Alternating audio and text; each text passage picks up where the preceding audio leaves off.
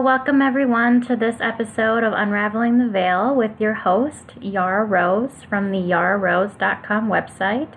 That's YARAROSE.com. I recently purchased a new deck of cards that I use to get intuitive information. And it is The Secret Language of Light by Denise Jarvie. And the card that I drew today was so amazing. And the message was so important and fit perfectly with the things that I wanted to talk about today. So I'm going to read you that page. It was the card of sensitivity. And it says, you are becoming more sensitive to the energy and vibrations that precede all physical creation. We can all sense these energies, but our rational minds often override our feelings. Sense beyond what you see with your eyes and hear with your mind. Trust your heart will bring together the most up-to-date information through your senses. When we are open to sensing and feeling love, it also means we are open to sensing and feeling fear. This clarifies the importance of actively choosing where you place your gaze and how you focus your energy. Don't let old stories determine what you will think and feel. There is no hiding behind words. Feeling sorry for another or situation doesn't help them or you. It takes you to a place where you can't hear any solutions and feeds back what they already know. You came here to create reality, not to accept it. You attract what you are, not what you think or what you say, but what you feel. Celebrate your sensitivity. Without it, you may not realize you have a choice. What do you want to bring into your life? I think that card sums up most of what I've talked about in all of my podcast episodes about truly figuring out who you are and why you're here and what you're here for. And believing in yourself and trusting and loving yourself that you're willing to show up in the world the way that you want to, authentically, truly. And it's not always easy to show up in the world as the person that you are. We're taught from a young age to put on different masks depending on the situation that you're going into. And for me, I know that that's been really challenging to break. But I see how important it is, and I know how much it's made a difference in my life for me feeling whole and better all around in every area. I had a conversation with my sister the other day, and I said something along the lines of, I don't know why everyone is so scared of dying, because to me, dying is similar to giving birth, and your body and your soul knows exactly what to do when it comes time to die, and it just takes over. It's on autopilot. To me, when I think of dying, it seems like the easy part of life. But that's also looking at it from my perspective, and I completely understand that there's different perspectives out there, and I can understand how if you don't believe in an afterlife, and if you really truly think that your soul doesn't go on, or if you've been taught and believe firmly that there's a hell that you may go to, I can understand where there's hesitation and fear. I don't believe in those things, so to me, dying seems easy. And when I said this to her, she said, it's not necessarily dying that people are scared of. They're scared of dying without living their life to the fullest. Dying before they accomplish this, or they do this, or they finally felt that success and that it was okay to go.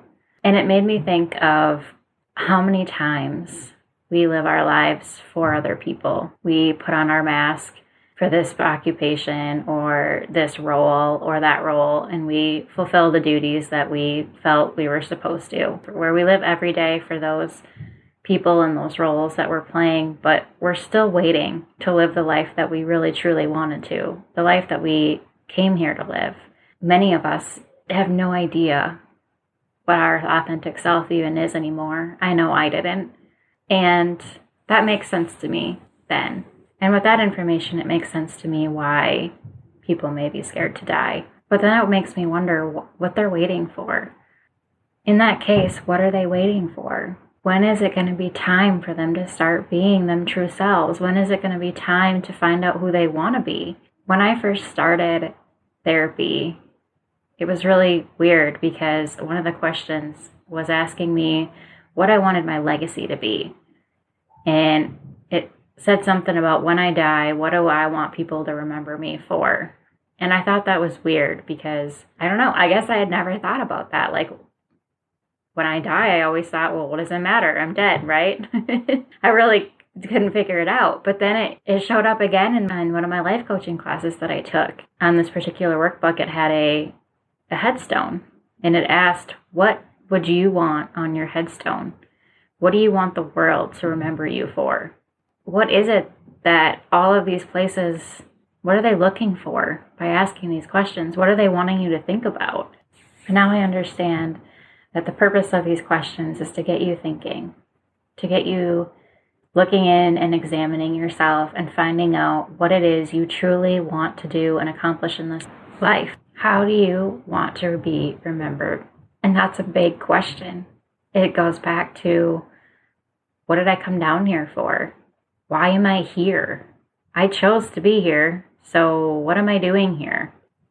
A reoccurring theme in many books that I've read and many subjects and classes that I've taken is that the only person in the world we have control over is ourselves. That's it. We have no control over anyone else, any external condition, anything. Which is interesting because we are taught that we do have control over those things. And we try so hard to behave in certain ways and act in a certain way so that way the external conditions will reward us or that person over there will smile at us. But do you understand that you can stand upside down on your head for this person and stand a different way for that person and a different way for that person and a different way for that person, and in the end, one of them is going to be upset with you at some point because their idea for how you should behave is going to change based on what they're feeling and what their emotions are. And it doesn't matter how hard you try to adapt, how much you try to change for these people. There's no way you're ever going to make every single person in the world happy. There's not. So why not start now with trying to make the one person in the world happy that you can make happy? And that's yourself. Why not start now? Figuring out who you are and what you want.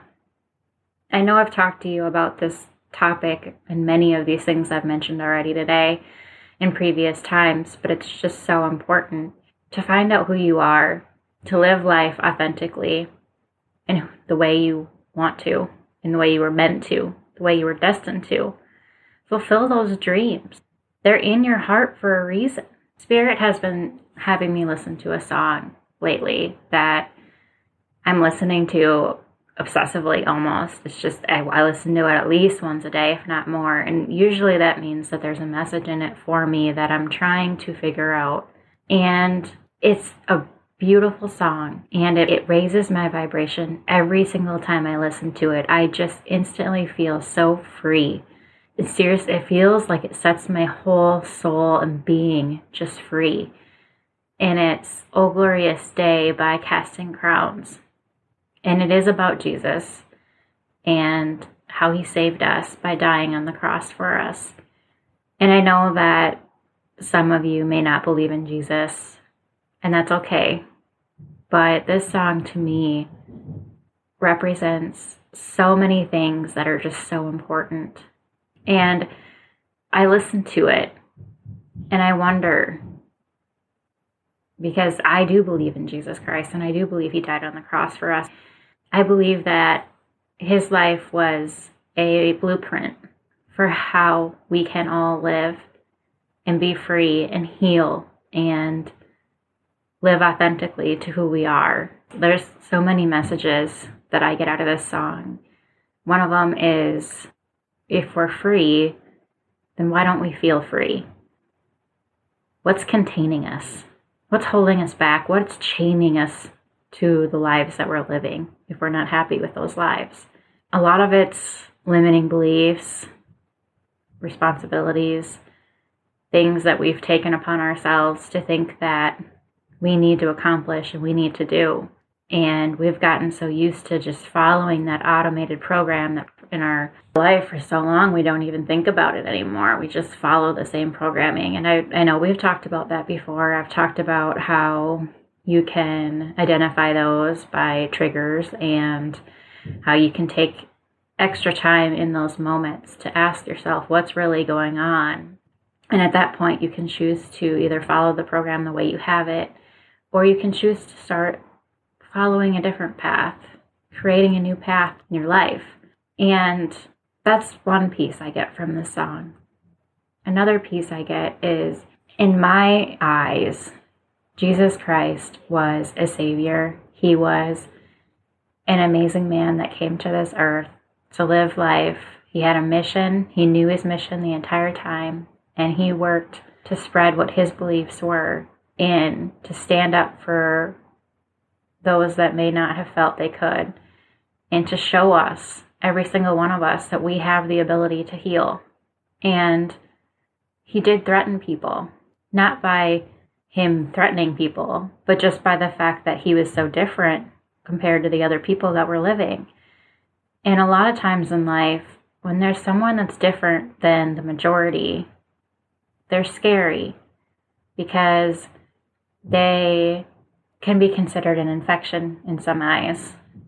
They can bring in these new ideas and these new beliefs that challenge everything that was already pre-existing. And that can be scary because if the majority doesn't want change, if the majority is comfortable and they like how things are going, that's terrifying that this person can come in and they can start converting, that they can have the power to come in with their ideas and their beliefs and demonstrations and showing, and they can convert other people and start taking away from that majority. So what do a lot of people do when we're threatened, when our comfort is threatened? We get defensive, we attack to save and to preserve life as we know it. And that's what happened. He was made an example of. He was different. He was scaring them. And there were some of his own people that were scared and weren't willing to stand up. And they let him die on a cross. And I think the most important, amazing part of the song is the fact that he did die. He died for his beliefs. But he didn't stay dead. He rose again. And that made everything that he had taught previously in his whole life and all of his beliefs even stronger. Because even in death, they couldn't stop him. His truth was revealed. And that's so unbelievably powerful to me. And it translates so much because each one of us has that same source energy, whether it be God or Buddha or whatever. We all have that within us. We are all extensions of that. And we all chose to come down to this earth and add to the group consciousness and learn and help it evolve. We all have a light inside of us. And yes, there are people out there that may try to cover up our light, and they can do this by attacking us. They do it in other ways. They do it by making us believe that we are insignificant, that we can't amount to anything, and that if we try to stand up for our beliefs, no one will believe us and everybody will turn against us. They do it by fear. They do it by instilling these limiting beliefs in our systems that we grow up with and that many of us don't know how to change and how to fix and how to break free from. As long as you have that light burning inside of you, as long as your heart still holds those dreams inside of it that it came here with, you cannot be defeated. Not even in death will you be defeated. We didn't come here to wait to live. We came here to live. So what is it that you want to do? What dreams are in your heart crying, begging for your attention? And then once you find that out, why are you not pursuing them? I personally can think of a number of reasons why, and I'm sure given any length of time, you have some that come right out as well. Why is it so easy to think of these reasons? Because we've been telling ourselves them over and over and over again, justifying why it's impossible for us to have the thing that we want the most. All of the excuses.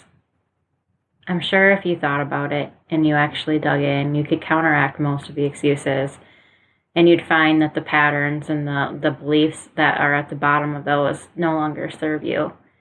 But I think the biggest one that most of us have is simply that we have lived our life the way we have for so long. We're comfortable there. We may not like it, but we know what to expect. And that's more comfortable, doing something that we don't necessarily like, but at least we know what to expect. We know what's expected of us each day and how the day is going to go, versus stepping out into the unknown, putting ourselves out there on the line and not knowing what's going to happen. I know that I still struggle with this. I grow so much, and I get to a point where I am comfortable again, and I like how things are going. And even though I love to grow, and even though I'm excited to see what the next step is, I'm also ready just to hang out for a while. I'm ready just to be comfortable again for a while. And then inevitably, the desire to grow is there, and I want to grow more. And in order to grow more, I have to step out again. And it's an endless cycle of being willing to step out into that unknown territory. And to be honest, once you do, there's no stepping back in, because you're not going to be the same person that you were when you stepped out.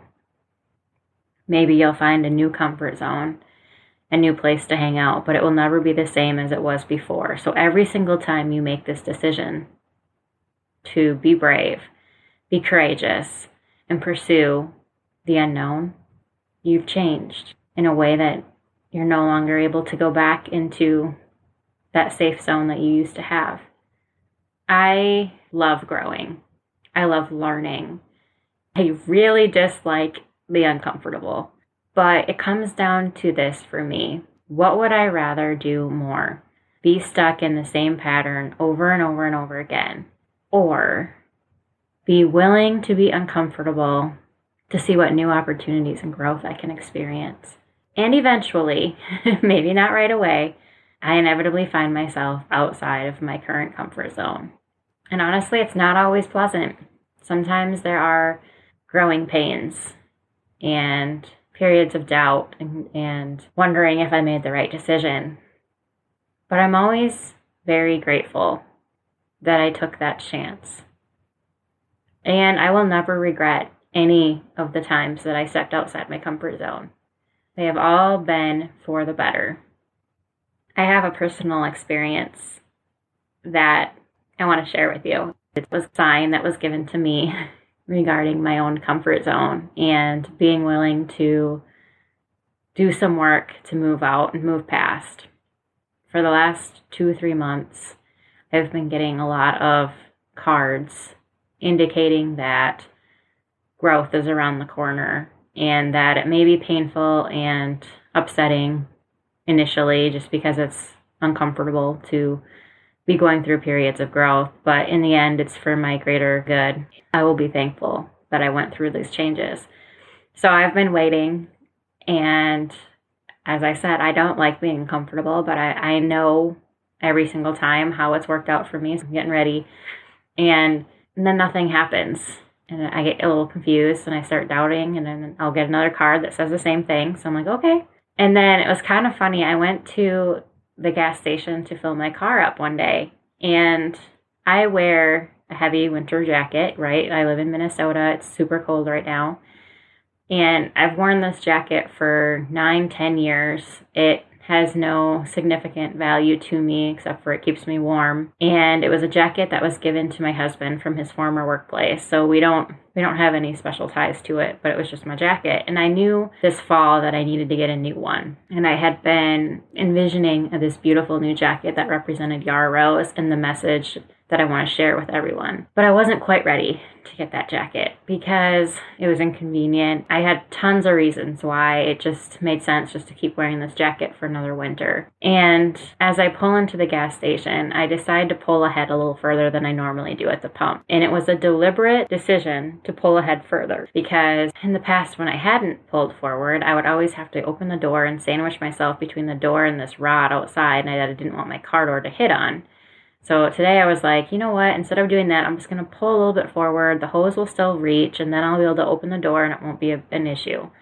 So as I make this decision, I get out of my car and I'm excited that I didn't have to squeeze myself in between the hole, and I'm able to open it and it's good and smooth, and I get my hose hooked up to my car, and then I hear the gas attendant say that I can fill my car up. So I go to reach over the hose to turn the pump on that I want to use, and I couldn't reach very well. So I had to reach a little bit further than comfortable, and I had to get on my tiptoes and lean over, and as I do, I ripped my coat.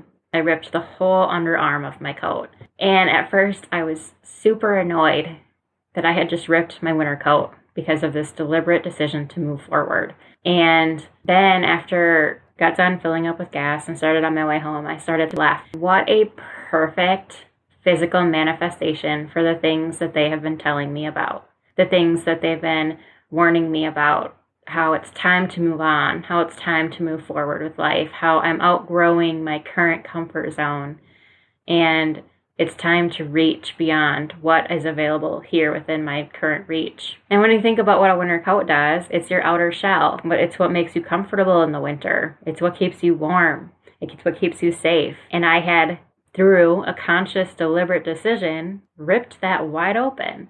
I don't know, maybe you guys don't think that's amazing, but it just made me laugh because they're always giving me signs like that, reminding me that it is coming and that I am ready, and that as much as I may like sometimes to sit still, they know, and I know, that I will get way more enjoyment out of life moving forward. So I ask you today, what's more important for you? Is it important for you to stay where you are now? Or you want to decide, do you want to make a conscious, deliberate decision on which way you move forward? Because I guarantee you that you are moving in one way or the other. You may be moving in a direction that someone else is moving you, or you're moving in your own direction, but no one sits still forever. Life goes on, things change. So why not have them change in a way that you want?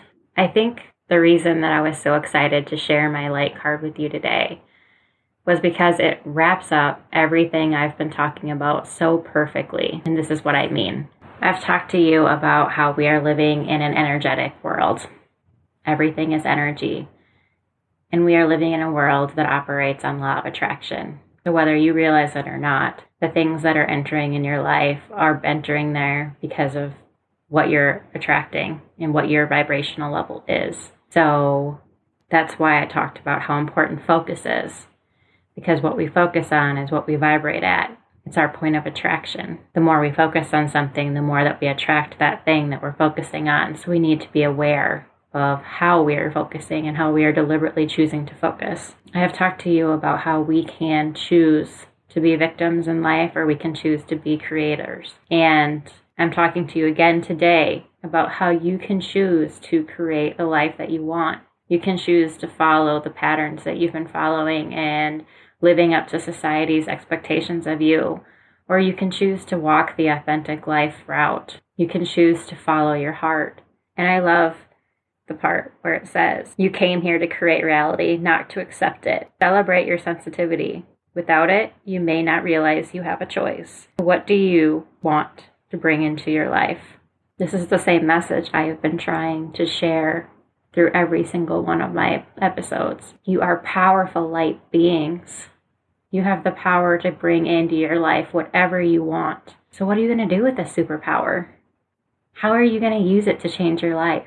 I've given you examples of how I've used it and how it's changed my life. I never would have thought that I would have gotten to a place in my life where I would look back on my 2017 wake-up call and be extremely grateful and at peace because that happened to me. But if it hadn't, I don't know where I would be.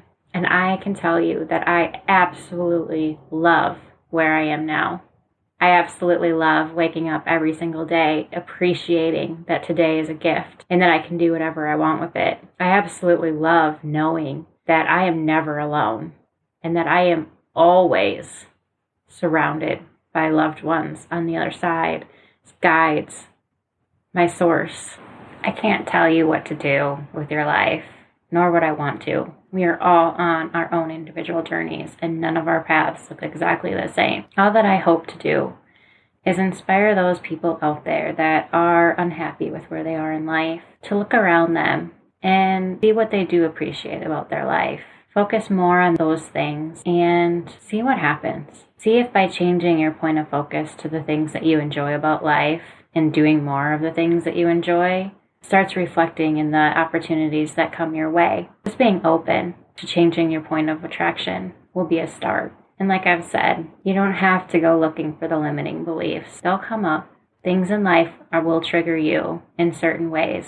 And at that time, you can decide whether that cycle that you're working through is something you want to continue to do or whether you want to set a new course. It's really as simple as that. Just go out and live your life, but do it in a way that brings you joy and happiness and peace. I really hope that this was helpful. Thank you for joining me on this episode of Unraveling the Veil.